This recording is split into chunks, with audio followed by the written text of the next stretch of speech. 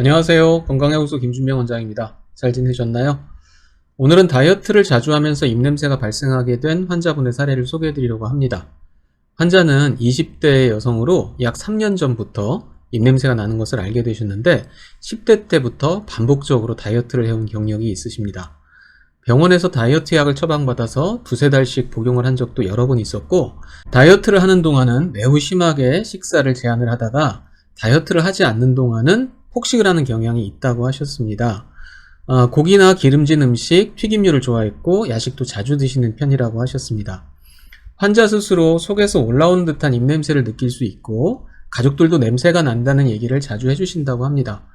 입냄새 외에 환자가 지니고 있는 증상으로는 입이 텁텁하고 건조한 느낌, 항상 속이 더부룩하고 트름을 자주 하는 증상 등이 있었습니다. 이 환자분의 구치 측정 결과를 한번 보겠습니다. 오랄크로마 검사 결과부터 볼게요. 황화수소는 576, 메틸메르캅탄 76, 디메틸설파이드 105. 황화수소는 정상의 약 5배, 메틸메르캅탄은 정상의 약 3배, 디메틸설파이드는 정상의 약 13배 정도로 측정이 되었습니다. 할리미터 검사와 관능 검사 결과도 한번 보겠습니다. 할리미터 수치는 135, 관능 검사는 심한 정도, 4점입니다. 환자분 입냄새의 특징은 심한 공복 상태일 때 발생하는 자극적인 냄새였는데 하수구 악취와 유사한 냄새였습니다. 진료를 하다 보면 다이어트를 반복하면서 입냄새가 발생하는 경우를 종종 볼 수 있는데요. 다이어트가 입냄새를 유발하게 되는 이유는 다음과 같습니다. 첫 번째, 구강 건조입니다. 구강이 건조해지면 입냄새가 발생하기가 쉬워지는데요. 다이어트 약들 중에는 입마름을 유발하는 약들이 상당히 많습니다. 그리고 다이어트를 하면서 식사량을 줄이는 경우에 식사를 통해서 섭취하게 되는 수분의 양도 줄어들기 때문에 구강이 건조한 경우가 많이 발생을 합니다. 두 번째, 탄수화물의 부족입니다. 탄수화물을 과도하게 제한을 하다 보면 몸에서 에너지로 사용하는 포도당이 부족해지고 이 상태가 지속이 되면 몸에서는 지방을 대체 에너지로 사용하게 되는데 이 과정에서 케톤체라고 하는 물질이 발생을 하고 이 물질이 호흡을 통해서 배출이 됩니다. 보통은 아세톤 냄새라고도 하고 진한 과일향이라고 얘기를 하는데 실제로는 맡아보면 자극적인 코를 찌르는 악취로 느껴지는 경우가 많습니다. 세 번째로는 과다한 단백질 섭취입니다.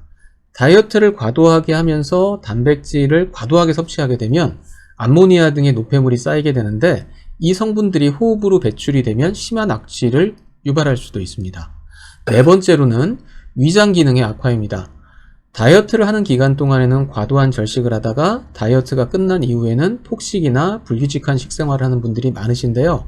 과도한 절식이나 폭식의 반복은 위장 기능을 악화시키고 그로 인해서 위, 식도, 역류 증상을 동반한 입냄새를 유발할 수도 있습니다. 또한 위장 기능이 나빠지게 되면 설태가 증가하면서 구강 내에서도 입냄새를 발생할 확률이 많이 높아집니다. 이 환자분의 경우 다이어트 기간 중에는 식사를 거의 안 하시다가 다이어트가 끝나고 나면 폭식 또 잦은 야식 이걸 반복하는 습관이 있었습니다. 그러면서 위장 기능이 많이 나빠져서 만성적으로 잦은 트림, 소화불량 증상을 달고 계셨는데요. 환자분의 배를 촉진해 본 복진상에서 명치와 중안 부위, 이 중안 부위는 명치와 배꼽의 중간 부위인데요. 이 두 부분이 굉장히 단단하게 굳어져 있는 것을 알 수 있었습니다. 또한 환자분은 체력이 굉장히 약한 편이셨는데 이 상태에서 심한 다이어트를 할 때 앞서 말씀드린 케톤 냄새가 발생하고 있었던 것으로 생각이 됩니다. 지금 설태 사진에서 보시듯이 혀도 건조하고 백태도 보통 수준보다는 많은 편이셨고 자율신경 검사 결과도 피로도가 상당히 높은 것을 볼 수 있습니다. 이 환자분의 경우는 위열이 많아서 냄새가 난다기보다는 위장 기능의 저하로 인한 입냄새 역류, 또 기운이 허약한 신체 상태로 인한 케톤 냄새, 또 구강이 건조한 것이 입냄새의 원인으로 생각이 됩니다. 따라서 약한 위장 기능을 강화시켜주고 체력을 올려줄 수 있는 방식의 처방이 가장 적합할 것으로 보였습니다. 잘 치료되실 수 있을 것 같습니다. 지금 다이어트를 하고 계신 분들이라면 오늘 영상에서 설명해드린 내용들을 잘 참고하시면 좋을 것 같습니다. 영상 봐주셔서 감사합니다.